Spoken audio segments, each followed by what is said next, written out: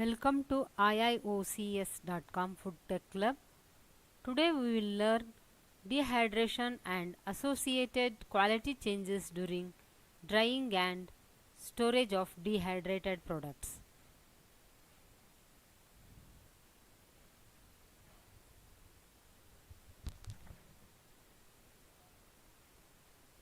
So here we can see the different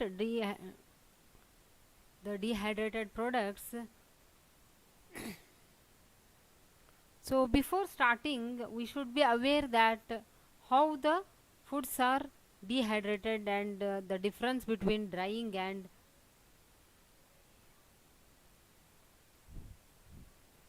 dehydration.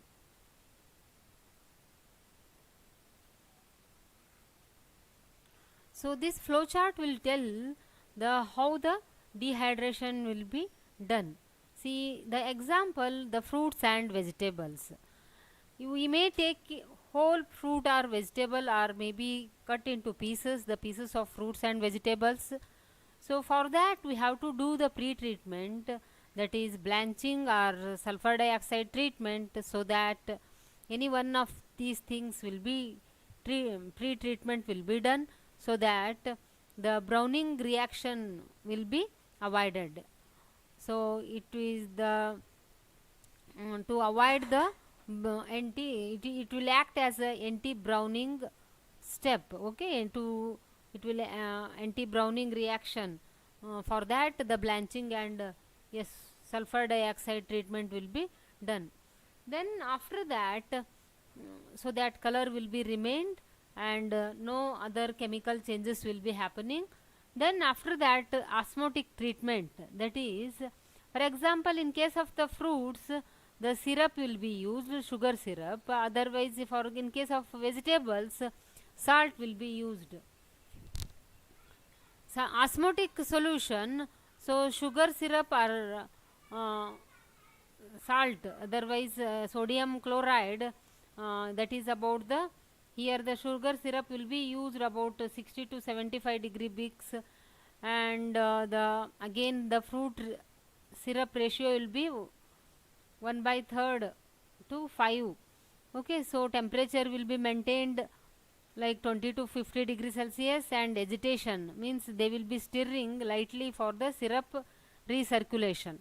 So this osmotic treatment, it will be carried out for the time like 15 to 40 minutes. Once after osmotic treatment, it will be draining will be done. Then that so that at the end whatever the dried product will be there, the quality will be remain good when you are dipping in the syrup and the salt solution, in case of vegetable salt solution, so quality can be maintained. So the after draining these fruits and vegetables which are dipped, okay, those may be carried out for the freezing or moderate air drying, and freezing may be carried out or only air drying will be done. Otherwise vacuum drying and juice extraction will be done, otherwise freeze drying. So these are the different type of preservation technique, and one of them is drying also, where it will carried out. So this is what the dehydration, removal of. So as I told you, the osmotic dehydration, in case of this, here you can see it may be the fruit or vegetable, just example, any of the food material. So it will be dipped in concentrated solution, that is, it may be the sugar solution or salt solution. So around this food is in the concentrated solution. So in that when concentrated solution means water will be there more in the food atom, but water will be less in the concentrated solution. So from higher concentration to its lower concentration through the semi-permeable membrane. So water will be moving from its higher concentration to its lower concentration, and solute will be moving from its higher concentration to its lower concentration. So like that, for example, in case of mango also, here you can see how these and all the dehydrated one. See how the after these things and all, if you see in the picture, these and all dipped in the, if you see the vegetable, they will be dipped in the brine, that is nothing but salt solution. If you see the fruits and all, they will be dipped in the sugar solution. See in case of apple, see still here so nicely it is, there is no color change, so nice quality is maintained in dehydrated product. Here also you can see orange, so nice. If you see the color only, you can make out so good in this eggplant, white only. Otherwise, once it will come in contact with oxygen, atmospheric air, it will turn to brown. So the blanching plays a important role. So this is what the movement of the solute from its higher concentration to its lower concentration, and water movement will be from its higher concentration to lower concentration. In that way, here the quality will be maintained and osmosis will be done. Next, osmotic dehydration. Now just I will brief on drying and dehydration. So we know that both are, it is nothing but removal of water. Drying and dehydration both is nothing but removal of water. Then the here actually in case of drying, it is the influence of non-conventional energy sources like sun drying or by using the wind. So drying will be carried out. Whereas dehydration, in case of dehydration, it is the process of removal of moisture by the application of artificial heat under controlled condition. So in case of dehydration, the drying only is done by using the artificial heat under controlled condition of temperature, humidity and airflow. So this is the difference I can tell you. And the drying is cheaper and it is not practicable, okay, unless if the favorable conditions are there. If during rainy and all, I can't expect the drying, correct, if it is rainy season. So under summer only you can expect the drying, and also color of the dried product will be comparing to, it will be good only. And in case of dehydration, what happens, it is a costlier process because we will be using controlled condition and equipments we will be using, and quality will be better than in case of the drying because we are there, the time and temperature is maintained, and here yield will be higher. Microclimate can be controlled, easy to maintain a sanitary condition because it is the proper good manufacturing practices are carried out. So here it is easy to maintain the sanitary conditions, and cooking and keeping quality is better.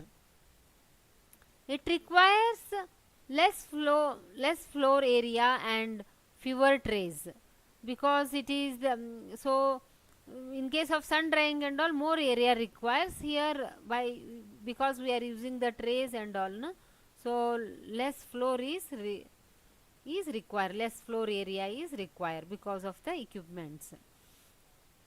So the now coming with the dehydration. So the purpose of dehydrating is usually to improve the shelf life of the product because the water activity will be reducing, so the shelf life will be increasing. And we can tell it is a unit operation and it is having very good importance in the food industry. See, during dehydration, the moisture content will be reduced and water activity of the product will be reduced. And the water activity, how much it will be reducing? It will be dropping to about 0.6. Water activity in case of dehydration, it will be dropping to 0.6. And that much of 0.6 of water activity, it will be considered to be shelf stable. It is a stable product. The shelf life will be in good condition. So we have to remember 0.6 water activity in case of dehydrated products. So products may be dried for other reasons also. So why it has to be dehydration is done, for example dipping in the syrup and or brine, why it is so as to control the texture. Just simply drying will not give that much good texture. When you are mm, dipping in the sugar syrup and also maintaining the controlled conditions, it will improve the crispiness. In case of the biscuits, the proper time and temperature, relative humidity, everything is maintained in control condition so as to standardize the composition, and the nutrition value also it will be maintained, and to reduce the weight of the transport, and also it will help to reduce the of course after dehydration or drying, the weight of the product will be reducing. And the most important reason will be, as we already discussed, to control the water activity. And drying is expensive because the energy required to remove the water is high. To remove the water from the food will be high. Now we will understand what are the quality changes during drying. What are the quality changes? So dehydration changes because of the food, the dehydration, whatever the process will be there, it will change the food products in several ways, like organoleptic quality of the product and physical properties. So in that way we will learn how it is going to affect on quality. And dehydration, normally it requires high temperature to achieve the result, to achieve the dryness, whatever the required parameters will be there. For that it require high temperature, and it will cause the chemical reaction such as non-enzymatic browning. It may occur. There are many chances will be there: non-enzymatic browning, caramelization, denaturation of proteins. These and all, some quality changes will be happening. And drying also affects the physical parameters of the product, like removal of the water. Because of that, the shrinkage will happen. So we can't expect apple as it is, how it will look, no? The thick and all, it will not, the shrinkage will be there. And due to these changes, the rehydration after drying may not be restore the original product, because of we can't restore the original product. So there are some changes will be taking place in during drying, like physical changes, chemical changes, enzymatic changes, and microbial. In case of physical changes, moisture movement. So because of the moisture movement, it will become tough of the texture. Some comparing to fresh one, definitely there is a tough. The texture will be, it will convert to toughness. And hydration and softening of the texture and aggregation, these and all because of the moisture movement. And chemical changes will be taking place. Chemical changes like oxidation. So while drying, because it come in contact with the atmospheric air, so oxidative rancidity will happen, and also loss of color, maybe because of the Maillard reaction, and causing the discoloration. The original color will be lost, and change in the texture, and also the enzymatic changes like polyphenol oxidases, which is causing the enzymatic browning, and lipoxygenase. This enzyme will cause the oxidative rancidity. Lipase will cause the lipolytic rancidity. Proteases will cause the gelation and flavor and texture changes. Microbial changes like growth of spoilage organism may occur, that it will cause the quality deterioration, and growth of toxigenic organisms, it will cause the food poisoning. Presence of infectious organisms, it will cause the food poisoning. So these and all, some changes like physical changes, chemical changes, enzymatic and microbial changes will happen during the drying.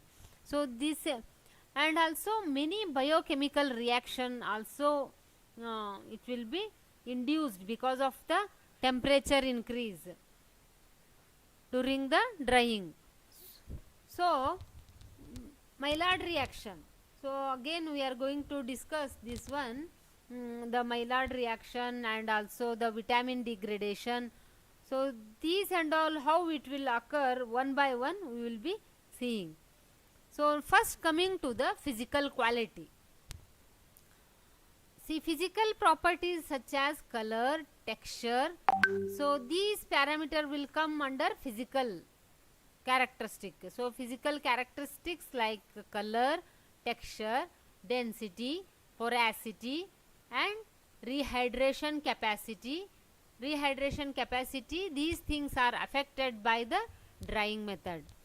So a tough or woody texture, okay, a tough or woody texture, it will slow and incomplete rehydration and losses of the typical fresh food juiciness are the most common defects, okay, which are happening with the drying. That is, woody texture will become and incomplete rehydration will happen, okay, and that fresh food juiciness will be, there will be losses of the fresh food juiciness. The physicochemical basis for these changes is complex. So you has to measure these things, how much change is there, how much change than the original. To understand this, it requires tedious lab measurements. Then we will understand how from the original to after drying how much it is, the numerical value you can get by using the lab measurements. And in case of color, so color is the major quality parameter. We know by seeing the color only. Just now I shown you in the picture how dark after dehydration also, so nice good color is maintained. So that is what color is the major quality parameter in dehydrated product. By appearance only we can make out whether it is good or bad. So during drying, color may change because of the chemical or biochemical reaction. So enzymatic oxidation means that may be because of the oxidase enzymes, and Maillard reaction is the difference between Maillard reaction and caramelization. So caramelization, what happens, the carbohydrate components with presence of heat turns to brown color. Because of the drying, the temperature will be more, then carbohydrate compounds, because in the presence of heat it will be caramelized into brown color. In case of Maillard reaction, the amino group of the protein and sugar group of the carbohydrate together in presence of heat, it will tend to the Maillard reaction. So that also turns to brown color. And ascorbic acid browning, so in presence of oxygen, in presence of atmospheric air, so it will be browning. So some of the chemical reaction which will occur during the drying and storage, these and all the chemical reaction, because of that the color will be changing.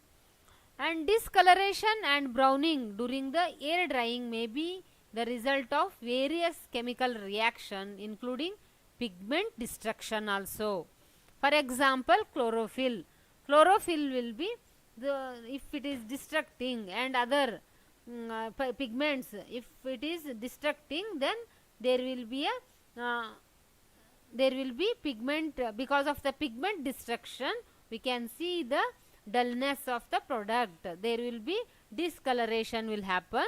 Otherwise, browning reaction, is it because of this reaction, enzymatic oxidation, Maillard reaction and caramelization. Because of these things, browning will happen. And next, how the quality will be affecting. See, shrinkage, porosity, bulk density.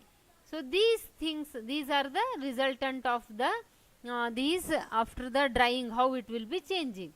So one of the most important the physical changes that of the food undergo during drying is reduction of their volume, that is called as a shrinkage. The shrinkage means its volume will be reducing, so only it will be shrunken, so it is called as a shrinkage. That is the main important physical change. So shrinkage is caused by structural collapse at, okay, because of the loss of water there will be a structural collapse and it will causes the shrinkage. And change in the, we can see the again physical changes because of shrinkage. What we can see, it is change in the shape and size, loss of rehydration capacity, surface cracking. Definitely once the shrunken, then surface cracking can be seen, and hardening of the food material. These are the important physical phenomena associated with shrinkage. Okay, so these things we have to remember: change in the shape, size, loss of rehydration capacity, surface cracking, hardening of the food. And these are the physical changes. Again with that, porosity and bulk density also important physical properties in the dried food. So these two properties, that is porosity and bulk density, both will play important role in rehydration of a dried material and their handling and packaging aspects. See, the extent of a shrinkage influence the resulting changes in the porosity. Because of the shrinkage, we can see there is a changes in porosity during the drying. And the bulk shrinkage, this bulk shrinkage and porosity changes were related to moisture content of the dried food. So what happens, the moisture content of the food will be, it will be changing because of that, and porosity in foods, fruits and vegetables, it will be increases during drying, it will become more porous. Okay, and depending on the initial moisture content and composition and size, as well as the type of what type of drying method we are using, that also matters. So based on that, its porosity and bulk density, everything will be related with the drying method also. And next, case hardening. So case hardening occurs when rapid drying causes the compounds such as sugar will form a hard. What is the main compound which is responsible for case hardening is sugar. So sugar in presence of, because of the high temperature, it will form a hard structure. So fairly impermeable case around the food piece. So this phenomena, it will cause the rate of rehydration to it will cause the rate of dehydration to decrease. Because of the case hardening, dehydration rate will be decreases. And case hardening can occur the high sugar products. We can expect case hardening in case of the high sugar products, mainly like tropical fruit, and many temperature fruit products. Dehydration procedures, so we have to design in such a way so as to minimize the development of case hardening, such as much as possible we have to reduce the case hardening.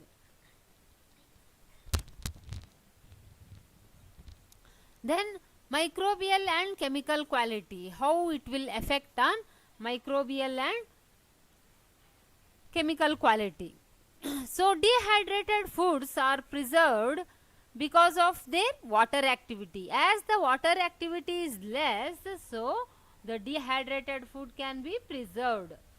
And we can, why, as the water activity is less, and we can tell microbial activity will be, there will be no microbial activity and there is no microbial deterioration, and also chemical and biochemical reaction rates also can be reduced to a minimum. So as I already told you, point 6 water activity, that is reducing the water activity below point 7. It will prevent microbial spoilage. And most oxidation reaction and enzymatic reaction will be inhibited as water activity decreases. Okay, so as in case of the dry dehydrated, as we seen, so there, because the it is dehydrated and color is good condition in the picture, if you see, na, the very good color is there. It is just because of the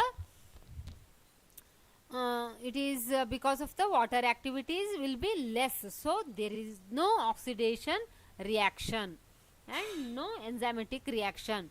So after that also, auto oxidation of the lipids, it may takes place at very low water activity also, that is 0.2. If the water activity is 0.2 also, then auto oxidation may happen. Auto oxidation of the lipids. The maximum rate of non-enzymatic browning reaction like Maillard reaction and all, it will be achieved at a intermediate water activity like 0.4 to 0.65. We can expect browning reaction also. So this is a way, this is what sensitive area where we have to taken care, and these reaction will result in the loss of nutritive value. If the oxidation happen, if the browning is happened, then there is a loss of nutritive value, and because and formation of the brown pigments, and because of that it will form off flavors when we are storing the products, na? So at high temperature definitely it will start giving the off flavors.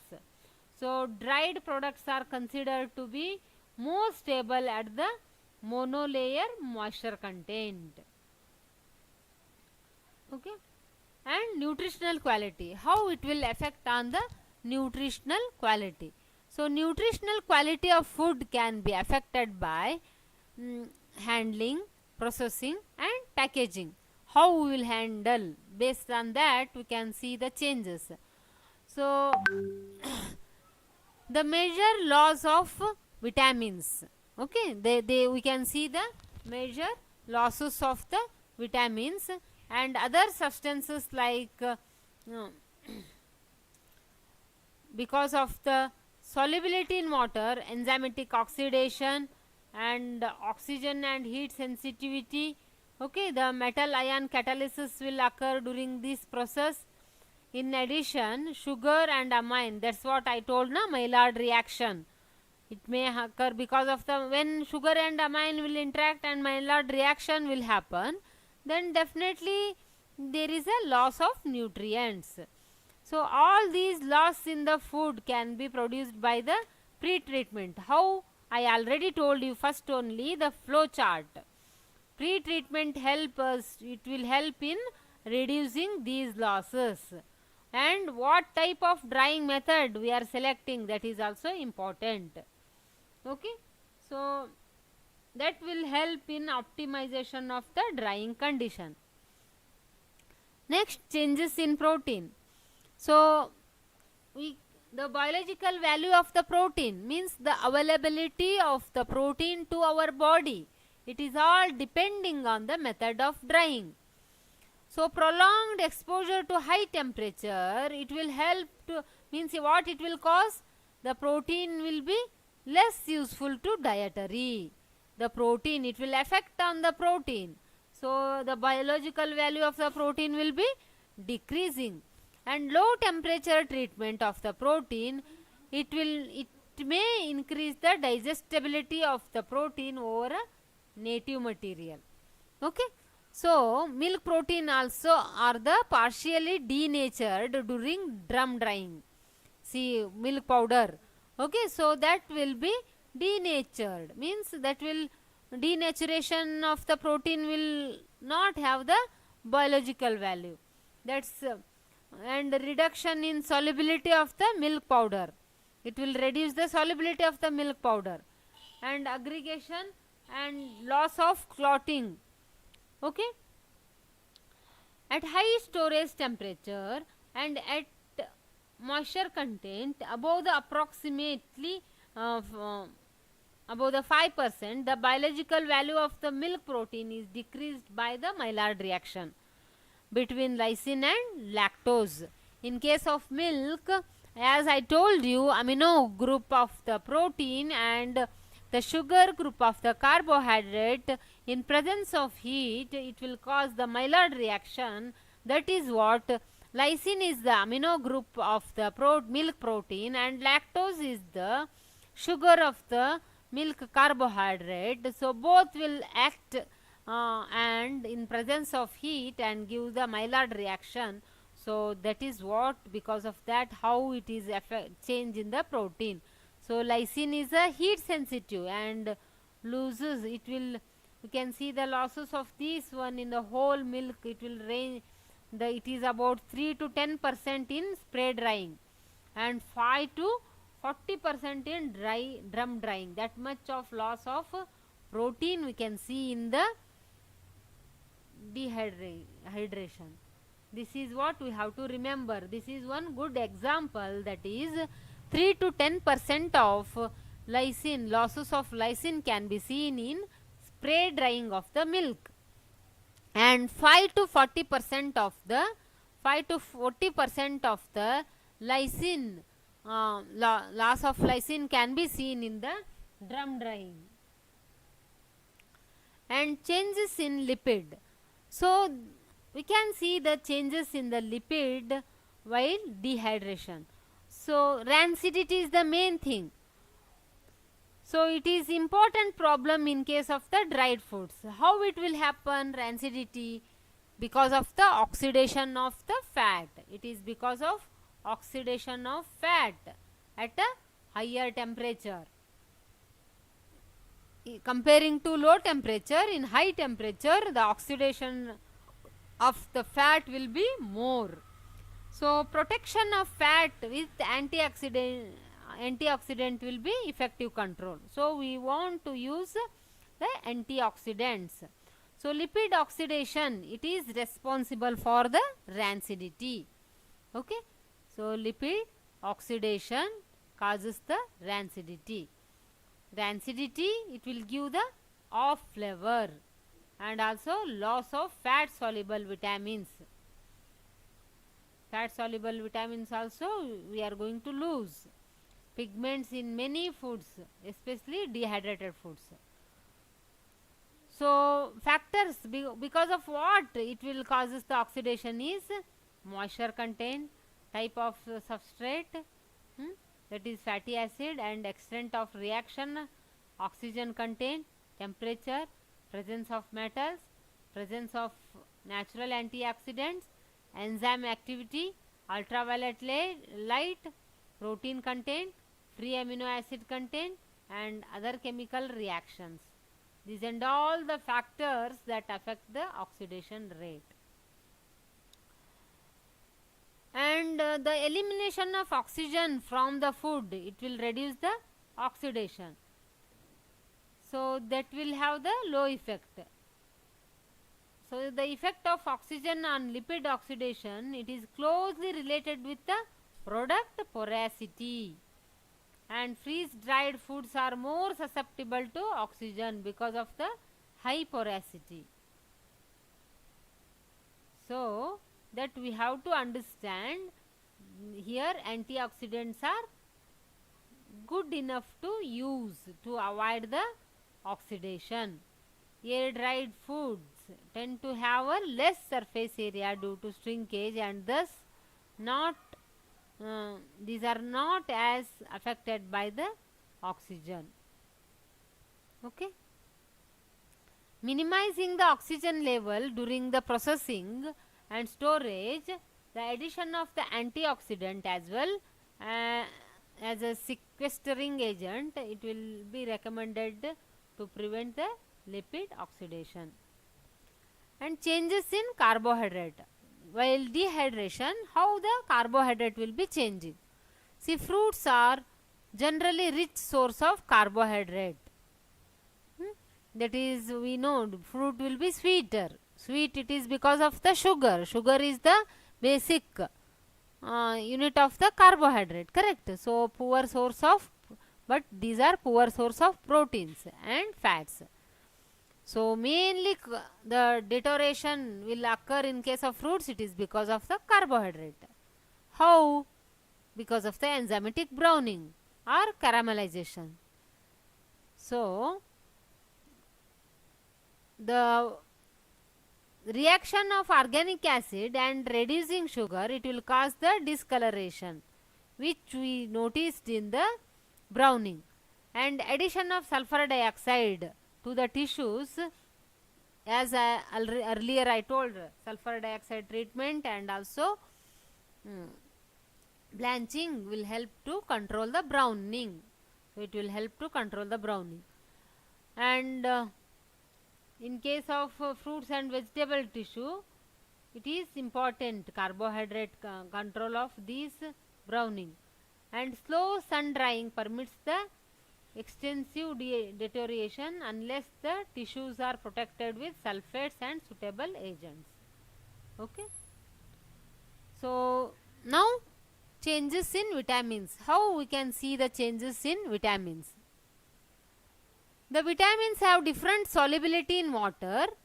We know the solubility will be different. So as drying proceeds, example the riboflavin, okay, it is supersaturated and precipitate from the solution.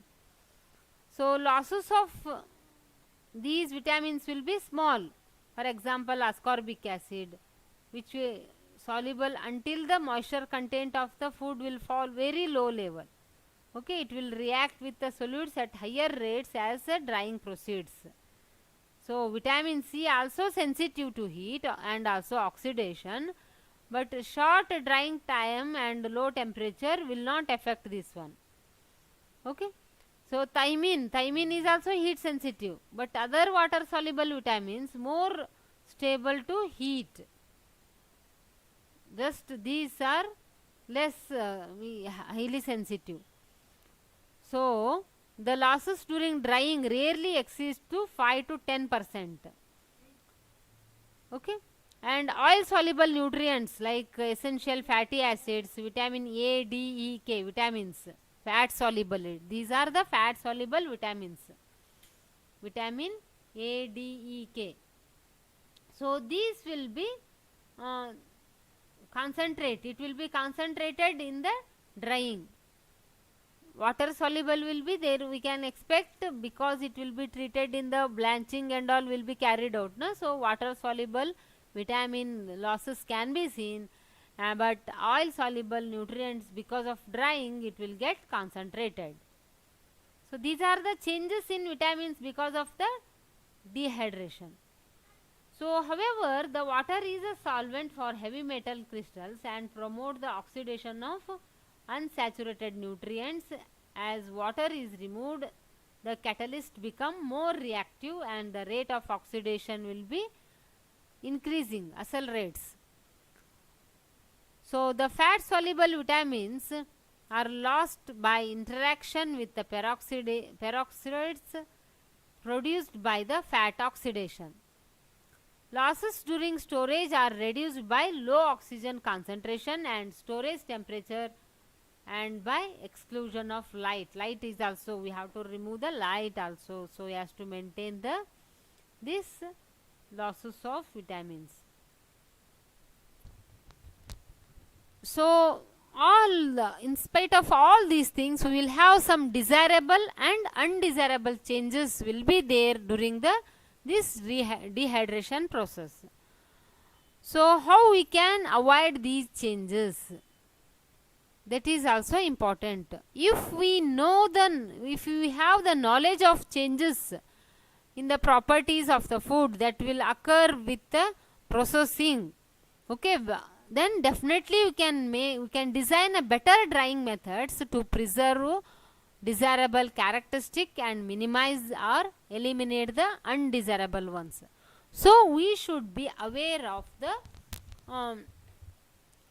these properties of the food, because individual food will behave, brinjal will be different and apple will be different and potato will be different. So each one require its own For blanching, its own treatment will be there. That we have to understand, that we have to design, and what type of drying method will suit for respective product, so respective raw material. Then definitely we can eliminate the whatever we told, the changes. Some are good changes, some are which are not required. Those changes also we discussed. So we can eliminate undesirable changes, and we can we can keep it up the desirable changes in the dehydration. So now next we are going to understand, after dehydration, how to store. Now we have to think about the storage of dehydrated products. Think that everything went very good, and we have to understand how these dehydrated products can be stored. So before learning, we have to understand what are the threats to dry the food. Okay. So to maintain the quality, to have the long term shelf life of the dried food, we know there are some of the threats. Okay, that is moisture, oxygen, light, temperature, pests. These are the threats. So moisture, we just now we discussed the moisture content. Water activity is not maintained, definitely bacterial spoilage, pathogens will come, mold growth will happen. And oxygen, recently we discussed, if oxygen is there, how the oxidation will be taking place. So the oxygen or air, it will compromise the quality of the dried food by introducing the water vapor, encouraging the growth of microorganism. Correct. So we have to avoid this oxygen. And light, how it does? See, this light penetrates food and it can cause the loss of color. If you are not closing in proper packaging material, because of just light only, you can see the loss of color and vitamins. And temperature, so if the temperature is very much warm, definitely the fluctuation will be there in the temperature, but it is going to cause the quality and vitamin losses. So we have to, and pest and all, we know this is the bigger thing that it has to be properly avoided by maintaining the proper packaging and proper storage condition. So we have to maintain, and pets, so, and also once we are opening that one, we have to close it properly, so that we can avoid the pests during storage of the food products. So by this we understood the threats. Okay, now we understand how to store the dehydrated products. Here you can see the picture, how nicely they are storing the dehydrated product. Color is maintained, quality is maintained, by appearance only we can make out. So how long it can be stored? Powder and all up to 6 months, and if other things and all 1 to 2 years. And with a proper vacuum sealing techniques, and food can be stored for many more years. So 2 years is a good time for most of the food, as texture can begin to degrade. 2 years is very good shelf life for the dehydrated product. Okay, in case of some foods, it will be shelf life will be less, maybe in case of the tomatoes. Some people find that their food still have the good taste and quality up to 5 years. See, very good. That is, some products will have the shelf life of 5 years. So now we have to understand what is the best way to store these dehydrated food. So oxygen absorber, these are the oxygen absorber, vacuum sealing, and creating a temperature controlled environment, vacuum packaging for dried vegetables. It will help in increasing the shelf life and also minimizing the oxygen.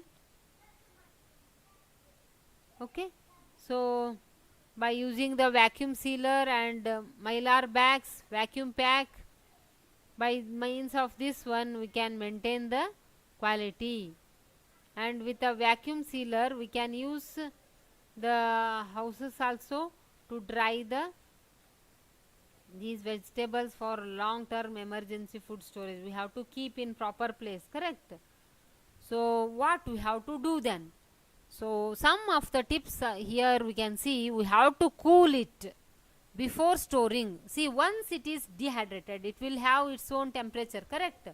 So these and all the products we can see, they will cool before storing. So once food is finished, we have to allow it to cool completely. Okay, before storing into the jar or bags, before putting into the jar, that food has to be cooled properly. So warm food in the glass container, it will cause the condensation, that vapors and all will come up, then easily it will be absorbed by the food, then too much reabsorption, then we can expect mold growth. So it is better, the rule of thumb is to let the food rest and cool overnight. Today if you are doing dehydration, let it be there like that only, overnight you keep it, then it will come to the room temperature, then you can store in like this glass jars. Then conditions food before storing. How the condition should be there? When food comes out of the dehydrator, some pieces will have a little more moisture.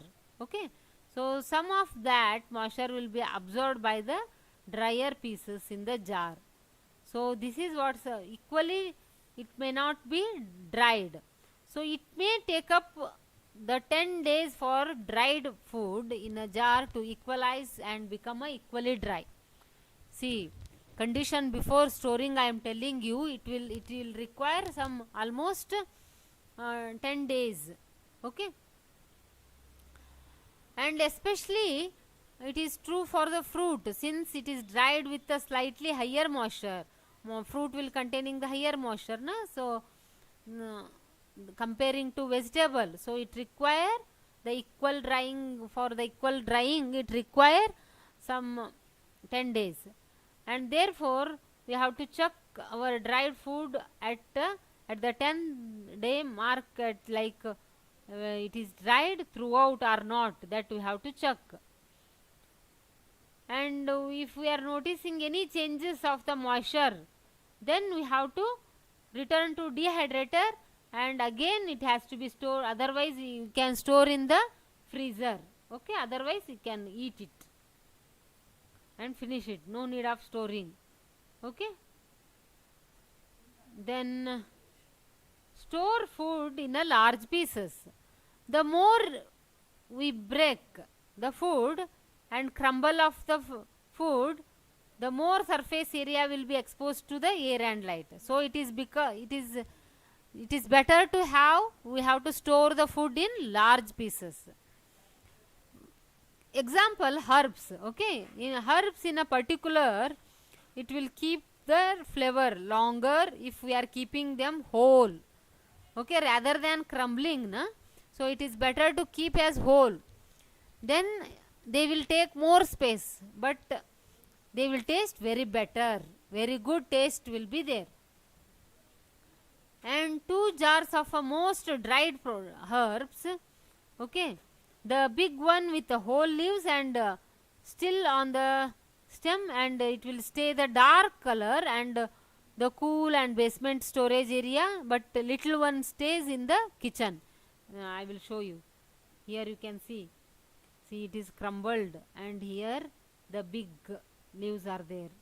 Here easily we can make out color, it is darker than here small one. So this small one will be there in the kitchen, means immediately you will be using. So this one it can be stored for a longer period of a time. Okay, So this is what,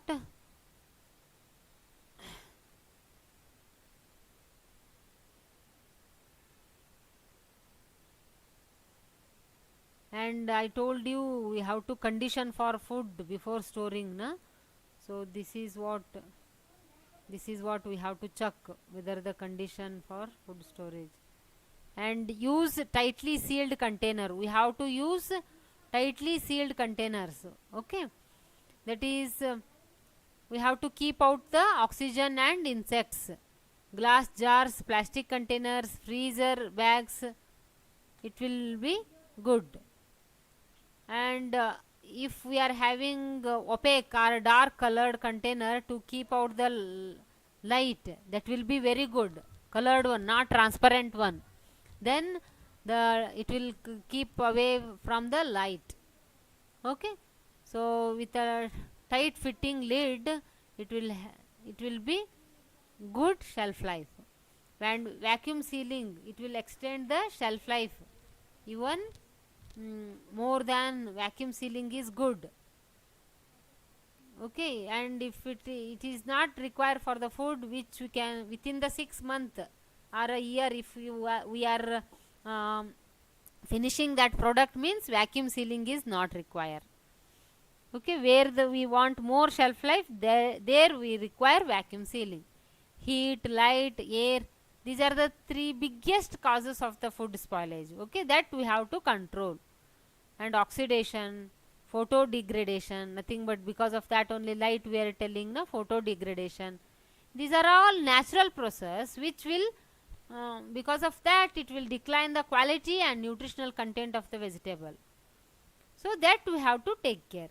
So we have to keep a dark, cool shelf in a pantry or a cabinet. It will give the much better place and long term storage of our dried vegetables. See here, match the size of the container to food. When we are taking, here long head space you can see, that is also not good.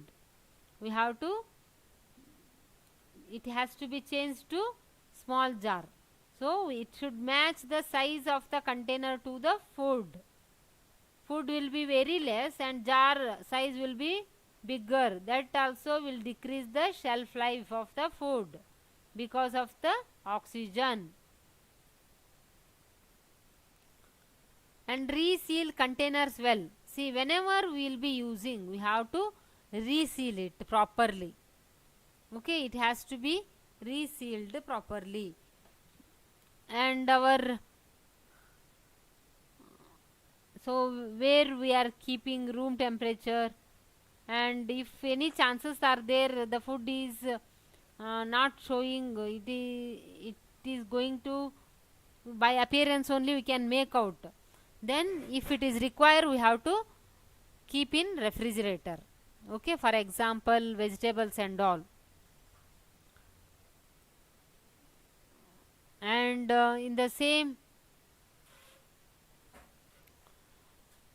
the freeze dried fruits also more likely to retain their pleasing crispiness if you are storing them in the freezer. So based on the product, by appearance we can make out if it is required dehydrated one, we have to keep in the refrigerator for to increase little bit fewer days. And we have to store in dry dark place with consistent temperature. We have to remember that is 10 degrees Celsius is the ideal storage temperature.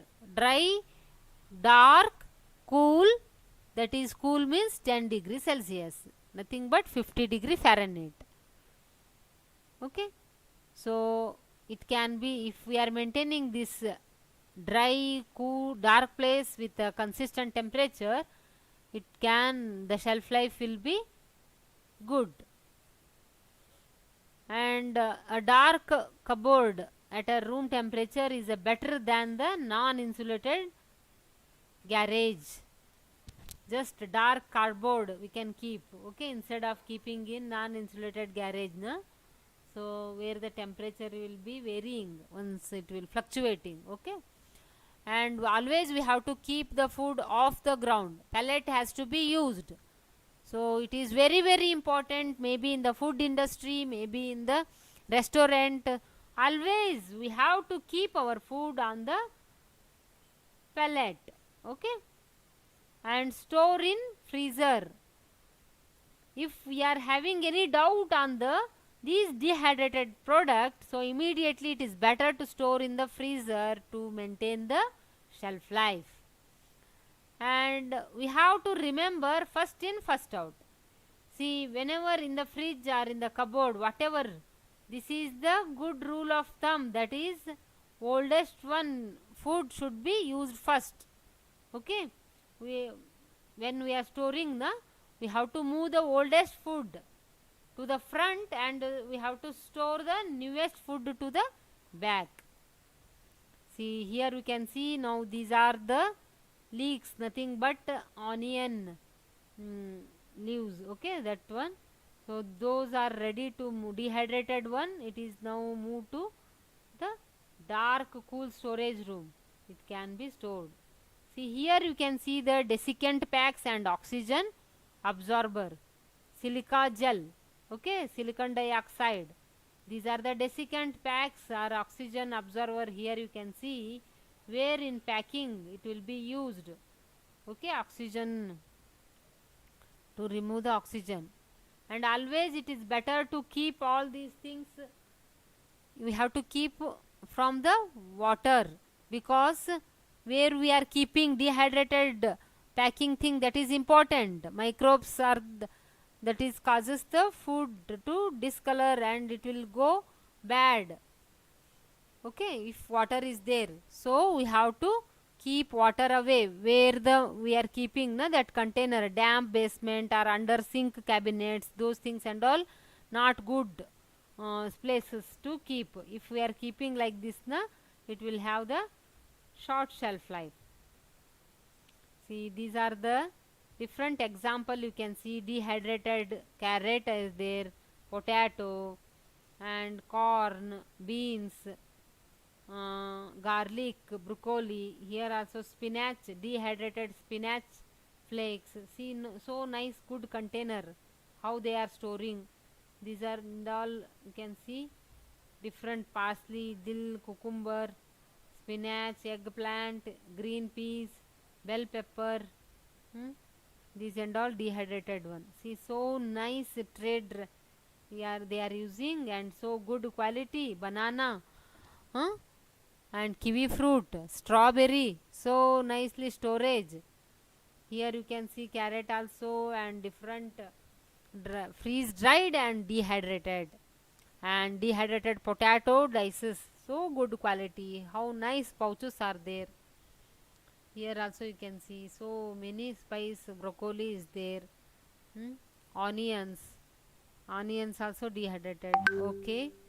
So this is the, now I will complete the session. Goodbye for today. For any enquiry, call or WhatsApp to the number available on the screen. We will meet again in this platform, and continue your preparation with iiocs.com. Thank you.